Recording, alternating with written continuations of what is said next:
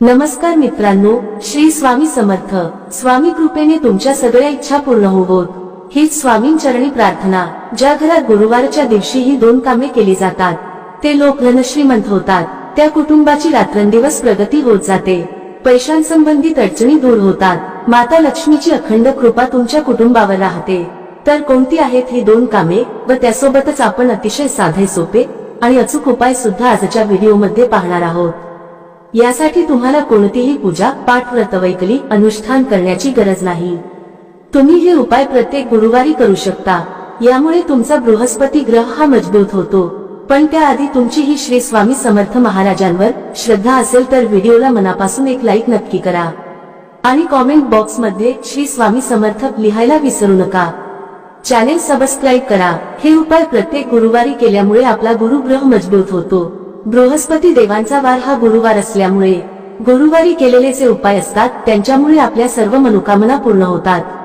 ज्या अडचणींचा आपण सध्या सामना करत आहोत त्या अडचणी हळूहळू दूर होतात. भाग्याची साथ आपल्याला मिळू लागते. तसेच नवरा मुलं आपले सर्व ऐकू लागतात. तसेच ज्या महिलांना संतान सुख नाही त्या महिलांना संतान सुख मिळतं. तसेच घरातील महिलेने जर हे उपाय केले तर त्या घरात आनंददायी वातावरण निर्माण होते. घरात सुखद समृद्धी निर्माण होते.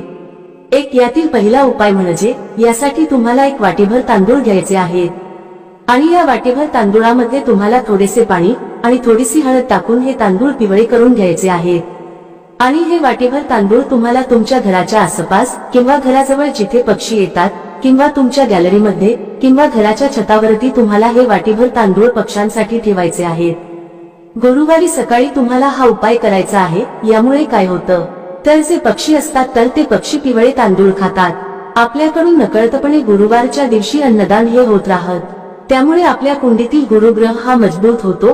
गुरुग्रह बृहस्पती देव आपल्यावरती प्रसन्न होतात आणि यामुळे आपल्या आयुष्यात आपल्या जीवनात ज्या काही समस्या आहेत त्या आपल्याला हळूहळू कमी होताना दिसू लागतात.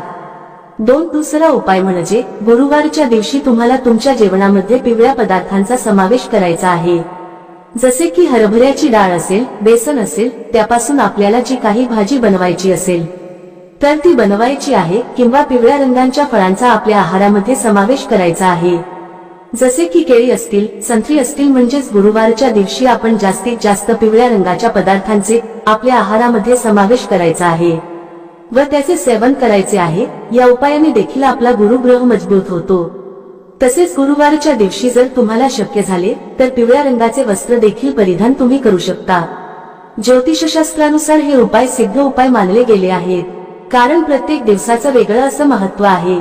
प्रत्येक दिवस हा प्रत्येक ग्रहाला समर्पित आहे. तसेच गुरुवार हा गुरुग्रहाला समर्पित आहे. त्यामुळे गुरुवारी हे उपाय केल्याने आपल्या कुंडलीतील गुरुग्रह हा मजबूत होतो आणि आपल्याला कोणत्याही प्रकारच्या अडचणी येत नाहीत. गुरुवारी केलेले उपाय हे पूर्णत्वास जातात. त्याच्यामध्ये कोणत्याही प्रकारचा अडथळा येत नाही. तिसरा उपाय असा आहे की तुम्हाला थोडंसं गव्हाचं पीठ घ्यायचं आहे आणि थोडंसंच बेसन पीठ घ्यायचं आहे. गव्हाचे पीठ जास्त घ्यायचे आहे आणि बेसन पीठ एक चमचाभर घेतलं तरीही चालेल. त्याच्यामध्ये थोडीशी हळद मिक्स करून याचे पीठ तुम्हाला मळून घ्यायचे आहे आणि याचा एक गोळा बनवून घ्यायचा आहे आणि त्याच्यामध्ये तुम्हाला थोडासा गूळ आणि हरभऱ्याची डाळीचे मिश्रण म्हणजे आपण जशी पुरणपोळी बनवतो त्या पद्धतीने तुम्हाला हा गोळा बनवायचा आहे आणि हा गोळा तुम्हाला गायला खाऊ घालायचा आहे. यामुळे आपल्याला गोमातेचा आशीर्वाद मिळतो.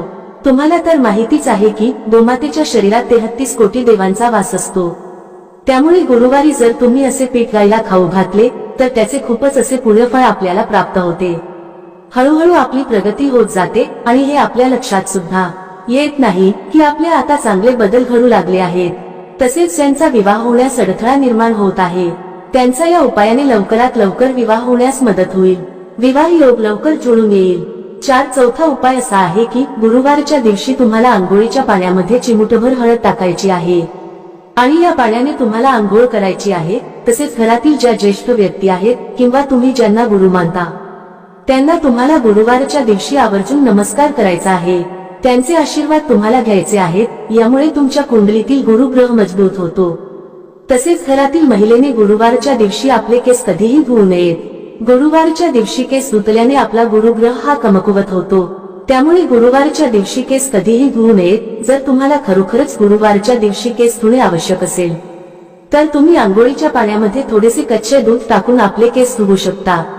पाचवा उपाय असा आहे की गुरुवारच्या दिवशी तुम्हाला एका तांब्याच्या कलशामध्ये पाणी घेऊन त्यामध्ये तुम्हाला थोडेसे कच्चे दूध मिक्स करून तसेच त्यामध्ये थोडीशी चिमूटभर हळद देखील टाकायची आहे आणि हे पाणी तुम्हाला तुळशीला अर्पण करायचे आहे. यामुळे भगवान विष्णू आणि माता लक्ष्मी तुमच्यावरती प्रसन्न होतील आणि भगवान विष्णू आणि माता लक्ष्मीचा आशीर्वाद तुमच्यावरती कायम राहील. तसेच गुरुवारच्या दिवशी तुम्ही सूर्याला जेव्हा अर्घ्य देता तेव्हा त्या पाण्यामध्ये तुम्हाला थोडासा गुळ आणि थोडीशी हळद मिक्स करून या पाण्याने तुम्हाला सूर्यदेवाला अर्घ्य द्यायचा आहे. यामुळे सूर्यदेव देखील तुमच्यावरती प्रसन्न होतील आणि तुम्हाला चांगले आरोग्य देखील प्राप्त होईल. तसेच गुरुवारच्या दिवशी तुम्हाला केळीच्या झाडाची पूजा देखील करायची आहे. जर तुमच्या घरामध्ये किंवा घराच्या आसपास केळीचे झाड असेल तर गुरुवारच्या दिवशी तुम्हाला केळीच्या झाडाची पूजा नक्की करायची आहे. कारण केळीच्या झाडांमध्ये भगवान विष्णूंचा वास असतो आणि जिथे भगवान विष्णू असतात तिथे माता लक्ष्मी असतेच. तसेच गुरुवारच्या दिवशी तुम्हाला केळीच्या झाडाला थोडी हळद मिक्स करून असे पाणी अर्पण करायचे आहे. यामुळे सुद्धा भगवान विष्णू आणि माता लक्ष्मी प्रसन्न होतात आणि त्यांचा आशीर्वाद आपल्यावरती कायम राहतो. घरात सुखद समृद्धी राहते आणि ज्या काही अडचणी असतात त्या अडचणी हळूहळू कमी व्हायला सुरुवात होते. तसेच गुरुवारच्या दिवशी तुम्हाला थोडीशी हळद आणि चंदन मिक्स करून त्याचा टिळा आपल्या कपाळावरती लावायचा आहे. यामुळे सुद्धा भगवान विष्णू प्रसन्न होतात आणि गुरुग्रह हा मजबूत होतो. गुरुवारच्या दिवशी थोड्याशा पाण्यात हळद मिक्स करून हे पाणी तुम्हाला तुमच्या घरामध्ये शिंपडायचे आहे. यामुळे तुमच्या घरामध्ये जी काही नकारात्मकता आहे, जी काही निगेटिव्हिटी आहे, ती निगेटिव्हिटी नष्ट होऊन घरातील वातावरण हे सकारात्मक होते. तसेच तुम्ही गुरुवारच्या दिवशी थोडेसे गोमूत्र आणि थोडीशी हळद त्याचबरोबर थोडेसे चंदन घेऊन याचे लेपन तुम्ही घरातील मुख्य प्रवेशद्वाराच्या उंबरठ्यावरती करू शकता. हळदी आपल्या घरामध्ये नकारात्मकता प्रवेश करून देत नाही.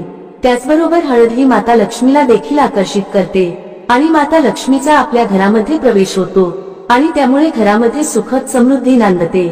व्हिडिओमध्ये सांगितलेल्या उपायांपैकी तुम्हाला जे उपाय शक्य आहेत ते गुरुवारच्या दिवशी नक्की करा. सर्वच उपास केले पाहिजे असे काही नाही. जे उपाय तुम्हाला शक्य आहेत तो उपाय तुम्ही गुरुवारच्या दिवशी नक्की करा. आणि सर्वात महत्त्वाचं म्हणजे वरील उपायापैकी कोणताही उपाय जरी केला तरी तुम्हाला पुण्यफळाची प्राप्ती होते.